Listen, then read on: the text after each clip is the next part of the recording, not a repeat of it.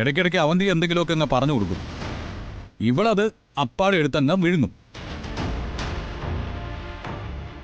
ഒരു കാര്യം ഞാൻ പറയാം, എൻ്റെ പെങ്ങടെ വളകാപ്പ് ചടങ്ങാ. ആവണി മോള് സ്കൂളിൽ പോകുന്നോണ്ട് അവളുടെ കാര്യം വിട്ടേക്ക്. വളകാപ്പ് ചടങ്ങിൽ പങ്കെടുക്കാൻ നാളെ നമ്മളെല്ലാവരും നെല്ലിശ്ശേരിയിലേക്ക് പോകും. ഇതേ എൻ്റെ തീരുമാനമാണ്. എന്നാ എന്റെ തീരുമാനം ഞാൻ വളകാപ്പ് ചടങ്ങിന് വരുന്നില്ലെന്നാ. അത് നീയല്ല തീരുമാനിക്കേണ്ടത്, ഞാനാ തീരുമാനിക്കണ്ടേ. എന്റെ കാര്യം തീരുമാനിക്കുന്നത് ഞാനാ. നീ എൻ്റെ ഭാര്യയാണെങ്കിൽ ഞാൻ പറയുന്നത് അനുസരിക്കണം. ഞാനൊരു അനുസരണക്കേടും കാണിച്ചില്ല. എവിടെയെങ്കിലും പോകാനും വരാനും സ്വാതന്ത്ര്യം ഉള്ളതുപോലെ പോകാതിരിക്കാനുള്ള സ്വാതന്ത്ര്യവും എല്ലാവർക്കും ഉണ്ട്. തൽക്കാലം ഞാൻ ആ ചടങ്ങിൽ പങ്കെടുക്കാൻ ഇഷ്ടപ്പെടുന്നില്ല, അതുകൊണ്ട് വരുന്നുമില്ല. കഴിഞ്ഞ കുറേ ദിവസമായിട്ട് ഞാൻ ശ്രദ്ധിക്കുക, അച്ഛനോട് നിനക്ക് എന്താ ഇത്ര വിരോധം?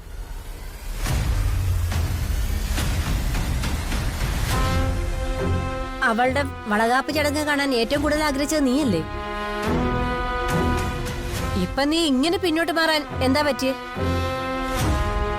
പറ്റിയത് എന്താണെന്ന് എനിക്കറിയാം, അത് തീർക്കാനുള്ള വഴിയും അറിയാം. അനുപേട്ട, തല്ലിയും ഭീഷണിപ്പെടുത്തിയൊന്നും എന്നെ എവിടെയും കൊണ്ടുപോകാന്ന് വിചാരിക്കണ്ട.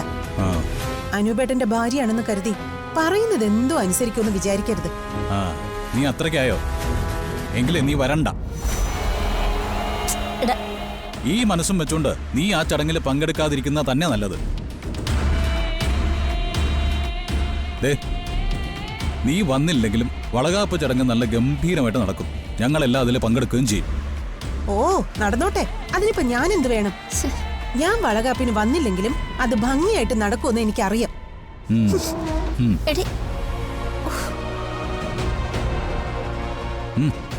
മോള് കഴിക്കും.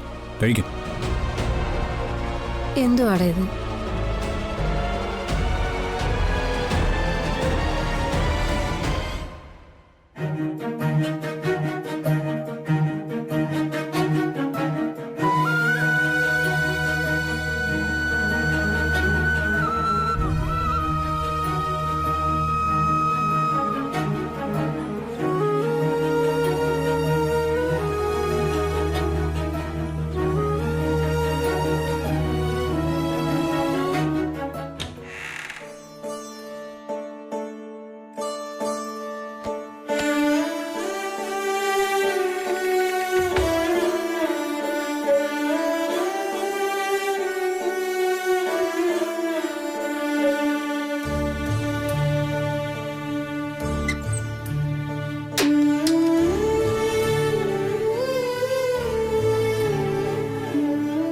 എന്തിനാ ഈ സാരി എടുത്ത്? നാളെ ഉടുക്കാൻ എനിക്കിത് മതി. താൻ വന്നേ.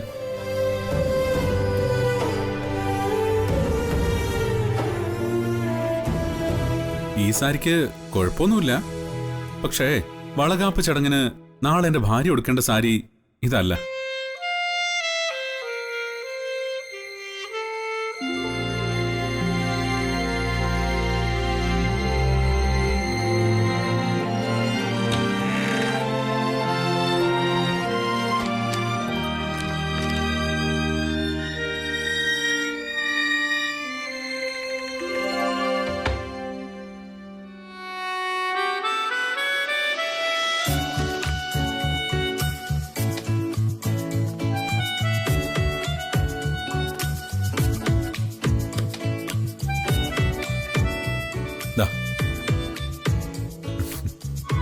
വളകാപ്പ് ചടങ്ങിന് തനിക്ക് ഉടുക്കാൻ വേണ്ടി ഞാൻ വാങ്ങിയതാ. എന്താ, ഇഷ്ടപ്പെട്ടോ?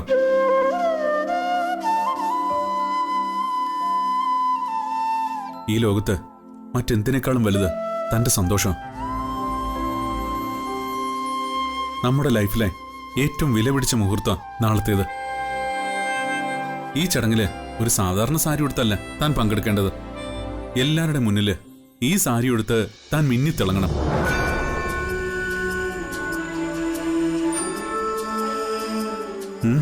എന്താ? അപ്പോ സച്ചേനെല്ലാം നേരത്തെ മനസ്സിൽ കണക്കൂട്ടി വെച്ചിട്ടുണ്ടായിരുന്നല്ലേ? പിന്നല്ലാതെ. താൻ എന്നെ കുറിച്ച് എന്താ വിചാരിച്ചത്? നാളത്തെ ദിവസത്തിന്റെ പ്രത്യേകത മറ്റാരെക്കാളും കൂടുതൽ ഓർത്തിരിക്കേണ്ടത് നമ്മൾ തന്നെയല്ലേ? ഇവിടെ വേറെ ആർക്കും താല്പര്യമില്ല എന്നുള്ളത് എനിക്കറിയാം. സച്ചേന്റെ നിർബന്ധം കൊണ്ട് മാത്രമല്ലേ ഇപ്പൊ ഈ ചടങ്ങ് നടക്കുന്നത്. ഗർഭിണിയാണെന്നുള്ളൊരു വിചാരമില്ലാതെ താൻ ഈ ഓടി നടക്കുന്നതല്ല. തനിക്കല്ലാതെ ലോകത്ത് മറ്റാർക്കും ഇങ്ങനെയൊന്നും ചെയ്യാൻ കഴിയില്ല. അത്രയ്ക്ക് പുകഴ്ത്താൻ ഞാൻ എന്താ സച്ചേട്ടാ ചെയ്തേ? ജീവിതത്തിൽ ഒരു പ്രശ്നം വരുമ്പോൾ പിടിച്ചു നിൽക്കാനും രക്ഷപ്പെടാനും എല്ലാവരും ചെയ്യുന്നത് മാത്രമേ ഞാനും ചെയ്തുള്ളൂ. താനേ ഒരു പ്രത്യേക ജനസ. സ്വന്തം കുടുംബത്തെയും ഭർത്താവിന്റെ കുടുംബത്തെയും ഇങ്ങനെ ചേർത്ത് നിർത്താൻ ഇന്നത്തെ കാലത്ത് ഒരാളും നിൽക്കില്ല. ഞാൻ എന്റെ കടമ ചെയ്യുന്നു, അത്രേ ഉള്ളൂ. ഇതാണ് എന്റെ ഭാര്യയുടെ സ്വഭാവത്തിലെ ഏറ്റവും വലിയ സൗന്ദര്യം.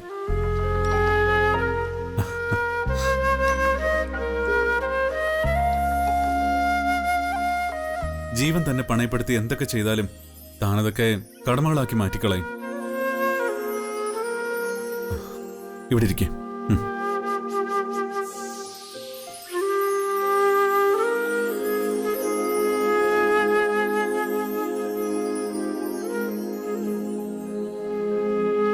ഓടി ഓടി താൻ ഒരുപാട് ക്ഷീണിച്ചു.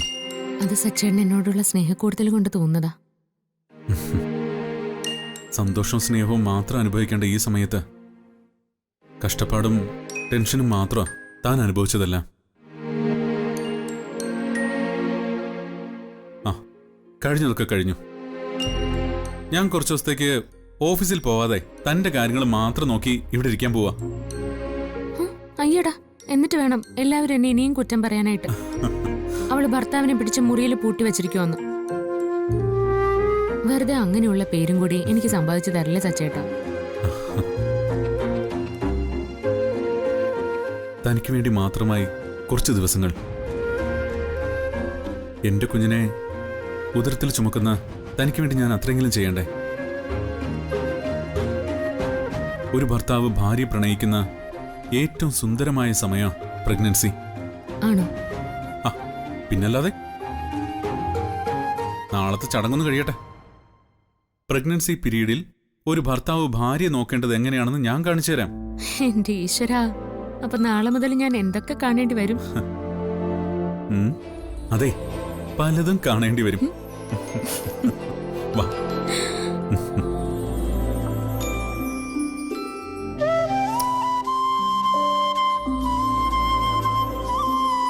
സന്തോഷം കൊണ്ട് എനിക്ക് കരച്ചില് വരുന്നു സച്ചേട്ടാ. എനിക്കും അങ്ങനെയൊക്കെ തോന്നുന്നുണ്ട്. ഇനി നമ്മുടെ കുഞ്ഞിന് വേണ്ടിയുള്ള കാത്തിരിപ്പ. എന്നെക്കാളും കൂടുതൽ കുഞ്ഞിന്റെ വരവ് കാത്തിരിക്കുന്നത് സച്ചേട്ടനാണെന്ന് എനിക്കറിയാം. അത് ശരിയാ. ഞാൻ നമ്മുടെ കുഞ്ഞിന്റെ വരവ് കാത്തിരിക്കുക. പക്ഷേ അതിനേക്കാളൊക്കെ കൂടുതൽ ഈ ഭൂമിയിൽ ഞാനിപ്പോൾ ഏറ്റവും കൂടുതൽ സ്നേഹിക്കുന്നത് തന്നെയാ.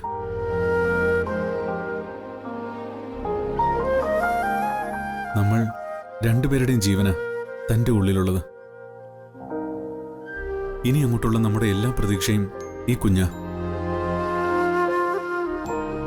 പക്ഷേ എത്ര കുഞ്ഞുങ്ങൾ നമ്മുടെ ജീവിതത്തിൽ വന്നാലും എനിക്ക് താൻ കഴിഞ്ഞിട്ടേ ഉള്ളൂ ആ സന്തോഷങ്ങളെല്ലാം.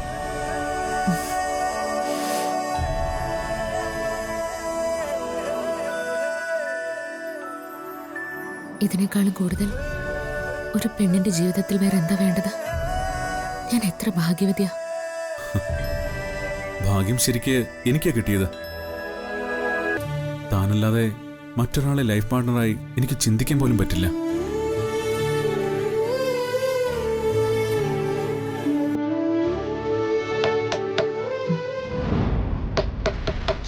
ആരെ ഈ സമയത്ത്?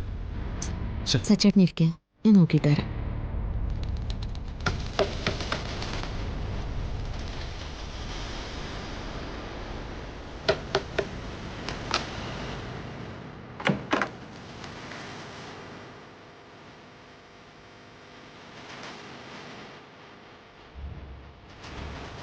സോറി, ഉറങ്ങിയായിരുന്നോ?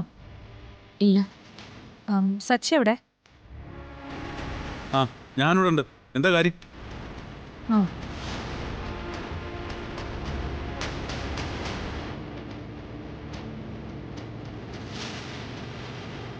ഞാൻ നിങ്ങളോട് രണ്ടുപേരോടും ഒരു കാര്യം പറയാൻ വന്നതാ. രാത്രി നിങ്ങളെ ബുദ്ധിമുട്ടിച്ചാണെന്ന് എനിക്കറിയാം. എങ്കിലും അച്ഛൻ്റെ വിഷമം കാണുമ്പോൾ എനിക്ക് വരാതിരിക്കാൻ കഴിഞ്ഞില്ല. അച്ഛനെന്ത് വിഷമം? ആ, സച്ചി അച്ഛനോട് എതിർത്ത് സംസാരിച്ചത് അച്ഛന് സഹിക്കാൻ കഴിഞ്ഞിട്ടില്ല. അച്ഛനായാലും ആരായാലും പറയേണ്ട കാര്യങ്ങൾ പറയേണ്ട സമയത്ത് പറയണം. ഞാൻ അച്ഛനെ വേദനിപ്പിക്കാൻ വേണ്ടി ഒന്നും പറഞ്ഞിട്ടില്ല. ഗർഭിണിയായ ഒരു ഭാര്യയ്ക്ക് വേണ്ടി ഭർത്താവ് ചെയ്യേണ്ട ഒരു മിനിമം കടമയാ വളകാപ്പ് ചടങ്ങ് നടത്തുക എന്നത്. അത് വേണ്ടെന്ന് ആര് പറഞ്ഞാലും അത് അംഗീകരിക്കാൻ എനിക്ക് കഴിയില്ല. നിങ്ങളുടെ വിഷമം എനിക്ക് മനസ്സിലാവും. പക്ഷെ നിങ്ങൾ രണ്ടുപേരും ഈ വളകാപ്പ് ചടങ്ങിൽ നിന്ന് പിന്മാറണം. ദയവേത് ഈ വളകാപ്പ് ചടങ്ങ് നാളെ നടക്കരുത്. അച്ഛൻ അവന്തിയെടുത്ത് നിർബന്ധിച്ച് ഇങ്ങോട്ട് അയച്ചതാണോ? അച്ഛൻ നിർബന്ധിച്ചിട്ടില്ല. പക്ഷേ അച്ഛൻ്റെ ഉള്ളിലെ വിഷമം എന്നോട് പറഞ്ഞു. ഞാനത് നിങ്ങളോട് വന്ന് പറഞ്ഞു, അത്രേ ഉള്ളൂ. അച്ഛൻ്റെ അവസ്ഥ നിങ്ങൾക്കും അറിയാമല്ലോ. അച്ഛൻ എന്തിനാ ഈ വളകാപ്പ് ചടങ്ങ് എതിർക്കുന്നതെന്ന് എനിക്ക് മനസ്സിലാവുന്നില്ല. താല്പര്യമില്ലാത്തവർക്ക് ഈ ചടങ്ങിൽ പങ്കെടുക്കാതിരിക്കാം. എന്നാലും ഈ ചടങ്ങ് മാറ്റിവെക്കാൻ പറ്റില്ല. ഞങ്ങളുടെ ജീവിതത്തിൽ ആദ്യമായിട്ട് വരുന്നൊരു സന്തോഷം. ന്യായമായും ഞാൻ എൻ്റെ ഭാര്യയ്ക്ക് ചെയ്തു കൊടുക്കേണ്ട മിനിമം കടമയാ ഈ ചടങ്ങ്. അതെനിക്ക് നടത്തിയേ പറ്റൂ. അച്ഛനെ എതിർത്ത് നിങ്ങളിത് നടത്തിയ അത് അച്ഛൻ്റെ മനസ്സിൽ വലിയൊരു മുറിവാവും. ഈ ചടങ്ങ് നടത്താതിരുന്നാൽ ഒരുപാട് പേരുടെ മനസ്സിൽ അത് ഇതിനേക്കാൾ വലിയ മുറിവുണ്ടാക്കും. ദയവ് ചെയ്ത് എടുത്തെയും എരുതിയിൽ എണ്ണ ഒഴിക്കാൻ നിൽക്കരുത്. നാളെ നിശ്ചയിച്ച സമയത്ത് തന്നെ ഈ ചടങ്ങ് നടക്കും. എടുത്തേക്ക് വേറെന്തെങ്കിലും പറയാനുണ്ടോ? ഇല്ല.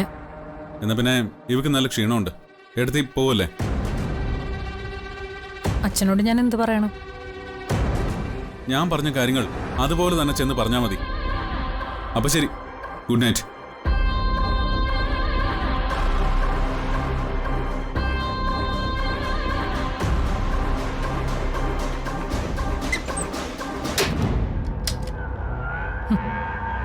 അവൻ്റെ ഒരു അഹങ്കാരം കണ്ടില്ലേ?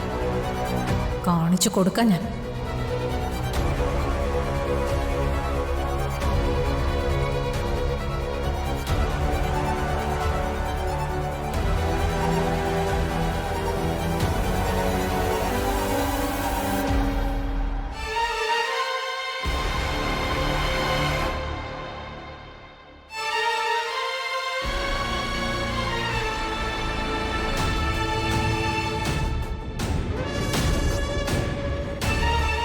താൻ വിഷമിക്കണ്ടോ? സച്ചേട്ടാ, ഞാനൊരു കാര്യം ചോദിക്കട്ടെ? നമുക്ക് ഇതേപ്പറ്റി ഒന്നുകൂടെ ഒന്ന് ആലോചിച്ചിട്ട് പോരെ? അതിന്റെ ആവശ്യമില്ല. താനെ ഒന്നും ഓർത്ത് വിഷമിക്കണ്ട. തന്നെ സന്തോഷിപ്പിക്കാനുള്ള ഒരു വലിയ സർപ്രൈസ് ഞാൻ ഒരുക്കിയിട്ടുണ്ട്. എന്ത് സർപ്രൈസ്? അതല്ലേ സർപ്രൈസ് എന്ന് പറഞ്ഞത്.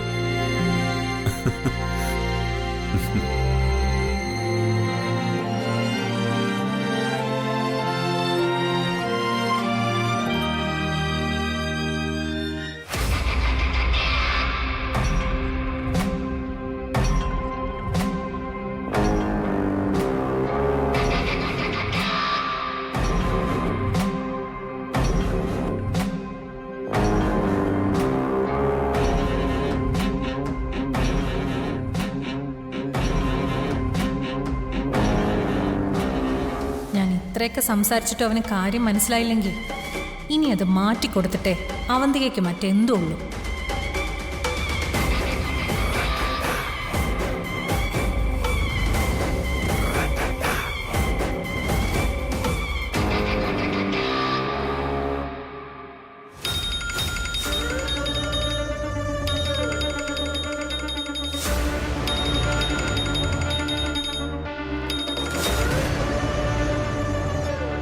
എന്താ അവന്തികെ? എല്ലാം റെഡിയല്ലേ? എല്ലാം സെറ്റാ. അവന്തികെ ഒരു വാക്ക് പറഞ്ഞാൽ മതി, പിന്നെല്ലാം കത്തിക്കേറി അങ്ങ് പൊക്കോളും. ശ്രദ്ധിച്ചു വേണം എല്ലാം ചെയ്യാൻ. ഒരിടത്തും ഒരു പിഴവും സംഭവിക്കരുത്. ഒരു പിഴവും വരില്ല. അത്രയ്ക്ക് എക്സ്പെർട്ടായ ആളുകളെയാ ഞാൻ ഏൽപ്പിച്ചിരിക്കുന്നത്.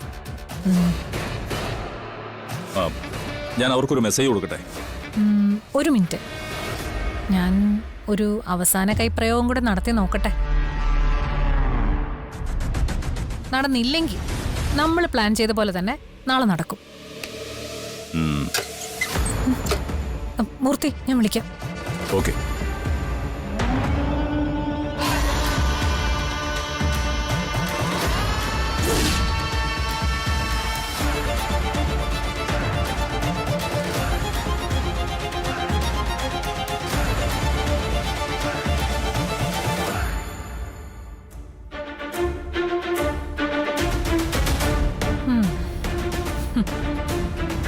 അവിടെ എല്ലാരും കൂടി അവളുടെ വളകാപ്പ് ചടങ്ങ് നടത്താനുള്ള പ്ലാനിങ്ങില്ല. അത് സന്തോഷത്തോടെ നടത്തുന്നത് എനിക്കൊന്ന് കാണണം. അതിന് ഏതറ്റം വരെയും ഞാൻ പോവും.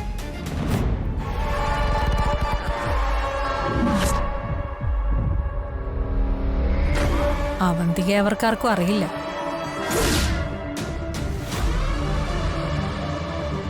എല്ലാം തകർത്ത് തരിപ്പണമാക്കും ഞാൻ.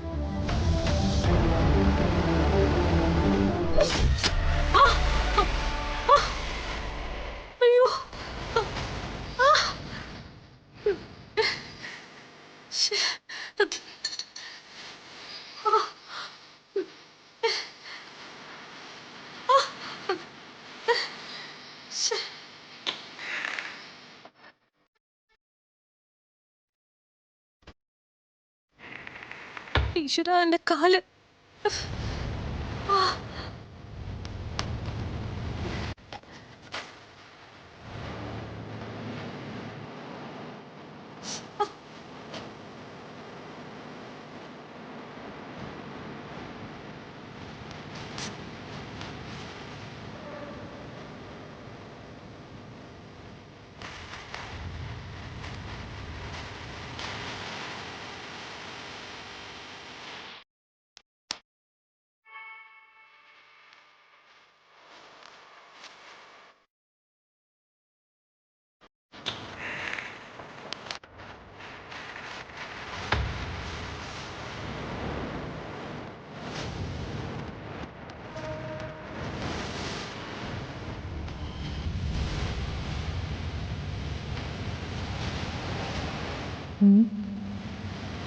ഇനി കത്തി താനേ വീണതായിരിക്കോ?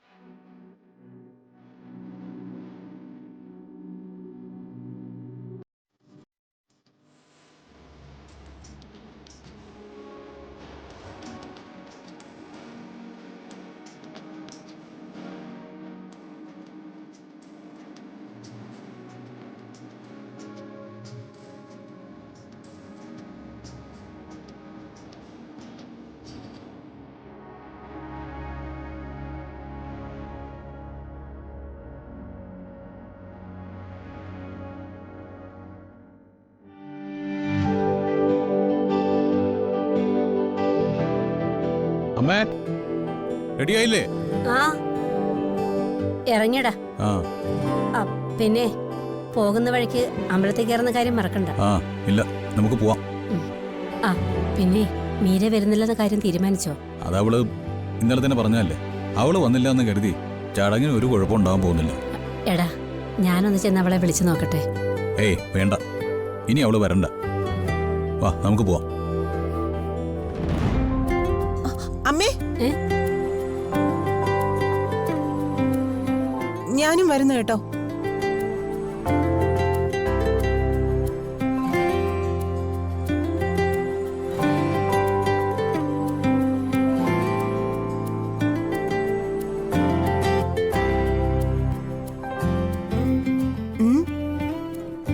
രണ്ടുപേരും കൂടി ഇങ്ങനെ നോക്കുന്നേ? അതെ, ഇന്നലെ രാത്രി വളകാപ്പിന് വരുന്നില്ലെന്ന് നീ തന്നെയല്ലേ പറഞ്ഞത്? ഇപ്പൊ എന്തു പറ്റി? തീരുമാനം മാറ്റിയോ? എന്തെങ്കിലും ഒരു കാര്യം പറഞ്ഞാൽ അതിനൊരു സ്ഥിരത വേണം. വരുന്നില്ല എന്ന് പറഞ്ഞാൽ പിന്നെ വരരുത്. അമ്മേ, ദേ ഇവളുടെ കൂടെ വരാൻ എനിക്ക് താല്പര്യമില്ല. എടാ, നീ ഒന്നും മിണ്ടായിരിക്കടാ. ഇനി ഇതിന്റെ പേരിൽ നിങ്ങൾ വഴക്കിടണ്ട. മോള് രാവിലെ സ്കൂളിൽ പോയി. ഇപ്പോ നിങ്ങൾ രണ്ടുപേരും കൂടി പോകുന്നു. പിന്നെ ഞാനിവിടെ ഒറ്റയ്ക്കാവില്ലേ? പോകുന്നെങ്കിൽ എല്ലാവരും കൂടി പോയാ മതി. ആ ഇല്ല, അങ്ങനെ പോകുന്നില്ല. ഛെ, ഇന്നലെ വരുന്നില്ല എന്ന് പറഞ്ഞിട്ട് ഇപ്പൊ ഇവള് തീരുമാനം മാറ്റിയത് എന്തിനാണെന്ന് എനിക്കറിയണം. അറിയാനൊന്നുമില്ല, ഞാനും വരുന്നു, അത്രേ ഉള്ളൂ. ആ എടാ, അവളോട് വന്നിട്ടടാ. ദേ വരുന്നതൊക്കെ കൊള്ളാം. അവിടെ വന്നിട്ട് അവന്തിയുമായിട്ട് ചേർന്ന് എന്തെങ്കിലും കുത്തിത്തിരിപ്പുണ്ടാക്കിയ ദേ നീ എന്റെ കൈയുടെ ചൂടറിയും. ഛെ, മതി മതി മതി വഴക്കൂടിയത്. വാ, നമുക്കിറങ്ങാം. വാ മോളെ.